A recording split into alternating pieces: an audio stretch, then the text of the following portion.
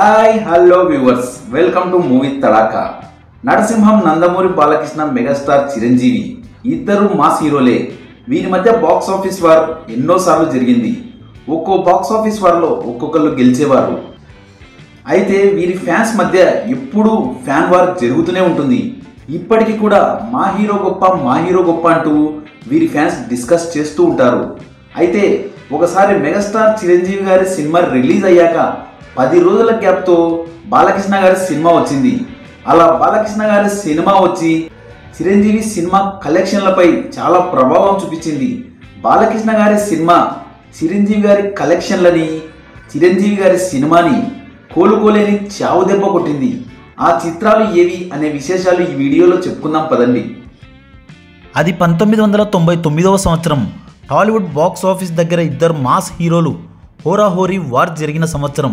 Megastar Chiranjeevi, Narasimham, Balakrishna సినిమాలు 10 రోజుల గ్యాప్తో release అయ్యాయి. 90స్కి చివరిలో వచ్చిన సినిమాలు ఇవి. మిలీనియంకి దగ్గరవుతున్న సంవత్సరం అది. బాలకృష్ణ సినిమా 1999లో రిలీజ్ అయ్యి 2000 సంవత్సరం మిలీనియం వరకు థియేటర్లో ఆడుతూనే ఉంది. ఎవరు ఊహించలేదు అలా ఆడుతుందని. 1999 జనవరి 1న మెగాస్టార్ చిరంజీవి గారి సినిమా స్నేహం కోసం రిలీజ్ అయింది. ఈ సినిమా డీసెంట్ కలెక్షన్స్తో కొనసాగుతున్న టైంలో బాలకృష్ణ గారి సినిమా సమరసింహారెడ్డి వచ్చి కలెక్షన్లో ఊచకోత కోసింది. ఫ్యాక్షన్ బ్యాక్డ్రాప్తో మాస్ సినిమాగా వచ్చింది సమరసింహారెడ్డి. ఈ సినిమా జనవరి 13న ఆడియన్స్ ముందుకు వచ్చింది. ఈ సినిమా ఎప్పుడైతే థియేటర్లోకి వచ్చిందో అప్పటి నుంచి స్నేహం కోసం సినిమా కలెక్షన్లు ఒక్కసారిగా పడిపోయాయి.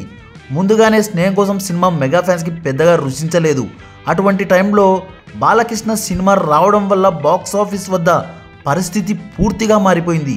సమరసింహారెడ్డి సినిమా రికార్డులు బ్రేక్ చేస్తుంటే స్నేహం కోసం మాత్రం భారీగా డౌన్ అయిపోయింది. అందుకే బాలకృష్ణ గారి సినిమా హిట్ అయిందంటే తట్టుకోలేము. కలెక్షన్ల వరద, జనసంద్రం మామూలుగా ఉండదు. రికార్డులు పటాపంచాలు కావాల్సిందే.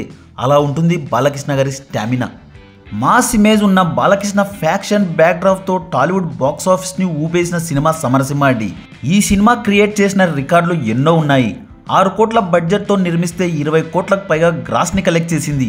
విడుదలైన అన్ని ప్రాంతాల్లో బాక్స్ ఆఫీస్ వద్ద రికార్డులు బద్దలు కొట్టేసింది. బి గోపాల్ డైరెక్ట్ చేసిన ఈ సినిమా నుంచే టాలీవుడ్లో ఫ్యాక్షన్ సినిమాల ట్రెండ్ మొదలైంది. ఈ సినిమా కలెక్షన్లు ఇప్పటి టికెట్ రేట్స్తో పోలిస్తే దాదాపు 500 కోట్లతో సమానమని ట్రేడ్ పండితులు చెప్తుంటారు. బాలీవుడ్ సినిమా హమ్ ఆపే హైకోండ్ రికార్డ్ని బ్రేక్ చేసింది సమరసింహారెడ్డి. ఫస్ట్ టైం బాలీవుడ్ సినిమాని బ్రేక్ చేసిన రీజనల్ సినిమా సమరసింహారెడ్డి. 32 కేంద్రాల్లో 175 రోజులాడి బాలీవుడ్ రికార్డ్ని బ్రేక్ చేసింది. ఇక స్నేహం కోసం సినిమా విషయానికి వస్తే జనవరి 1న రిలీజ్ అయ్యి పర్వాలేదనిపించింది. కానీ సమరసింహారెడ్డి సినిమా ఎఫెక్ట్ దీని మీద పడింది.